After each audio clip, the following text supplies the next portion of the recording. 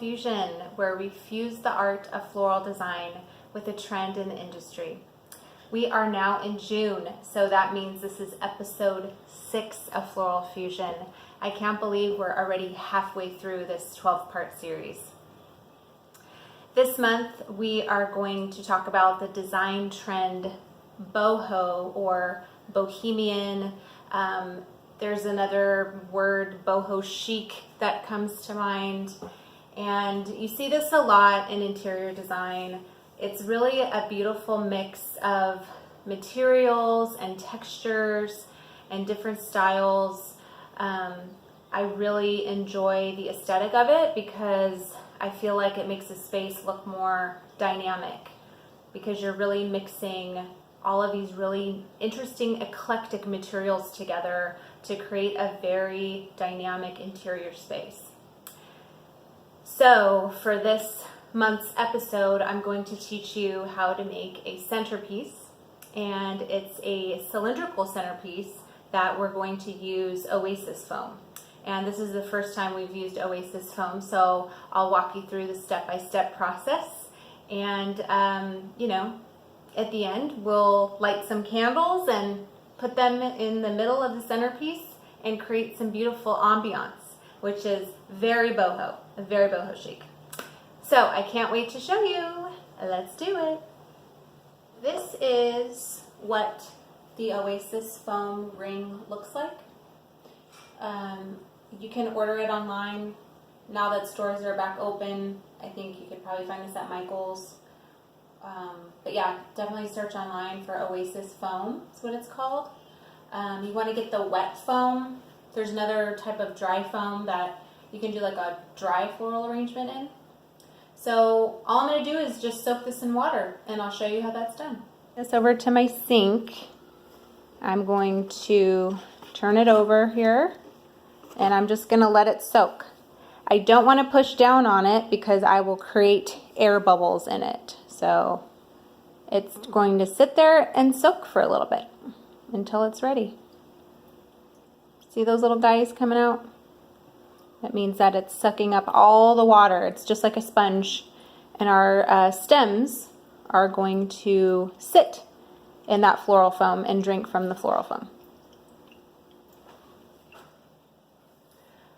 Okay, so this is what the Oasis ring looks like after it's been soaked. It's basically like a sponge, and what's nice about it is you can stick the flowers right in it. They're going to hold, and it's a pretty easy process. So first we're going to start with our greens. I have some fern here, different types of ferns, and then I have some Israeli ruscus. And basically what we're going to start doing is just adding the fern around the ring here, okay? And we're going to fill it out as much as we can. I'm going to take off the bottom leaves so that they're easier to stick in. Now, I'm using a floral knife. You are more than welcome to use clippers.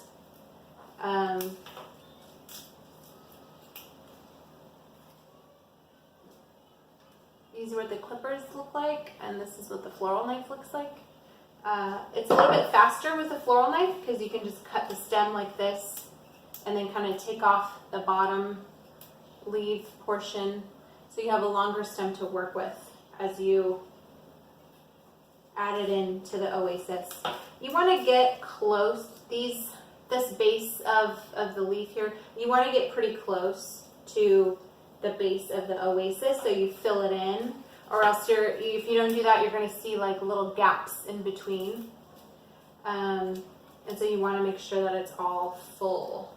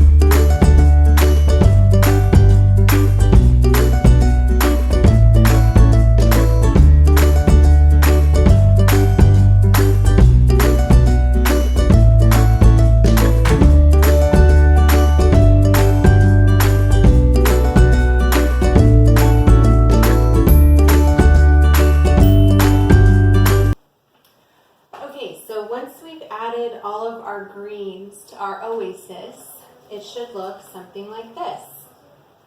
Okay? It kind of looks like a wreath, right? Our next step is to add our flowers. One thing I wanted to show you about roses, when you buy them from the store, you're going to get them kind of looking like this, where you have the prickers and you have the leaves. One of the very important things about roses is taking off the prickers and taking off all the foliage. So this is a very handy dandy tool. It's called a rose stripper. And what I'm going to do is I'm going to take the rose stripper, and it has this little notch. I'm going to drag it down the stem, and it's going to take off all of the prickers and all of the foliage. So when I'm ready to cut my rose to put it into the oasis, I'm not going to worry about any of the foliage or any of the prickers. So I can simply cut it and stick it into the Oasis foam. And again, pretty short stems on this one, right? We don't need very long stems because we have the Oasis foam here that it sticks right into, and it stays in place like so. So that is a quick tutorial on how to prep your flowers before you arrange them. Prepping is a big part of floral design. It's very similar to cooking, where you have to kind of prep all your ingredients first. So we are now ready to put this thing together. Let's do it. Okay, so we have our roses. I have more of the collection here. I have some craspedia. I have some mums. I also have some pincushion protea. These are my absolute favorite. And I have some mini calla lilies. So definitely I want to focus on the jewel tones here because the Bohemian style is very free. It's very flowy. There's a lot of jewel tones, and I definitely want to play that up with this arrangement. So let's start with the roses because they are the largest focal flower, and then we'll move on to the pincushion proteas and kind of fill in the rest.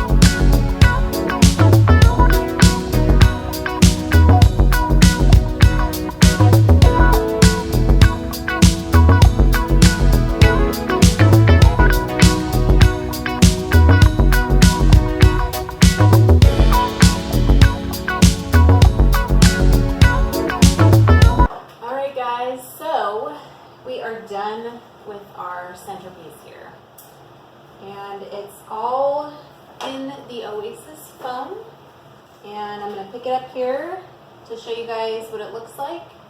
I'm going to spin it around. I mean, it really looks like a wreath that you put on your door, but you can also use it as a centerpiece. The way I would like to use it for this application is to put a candle in the center, and that will create some nice ambience. And I'm going to light the candle here.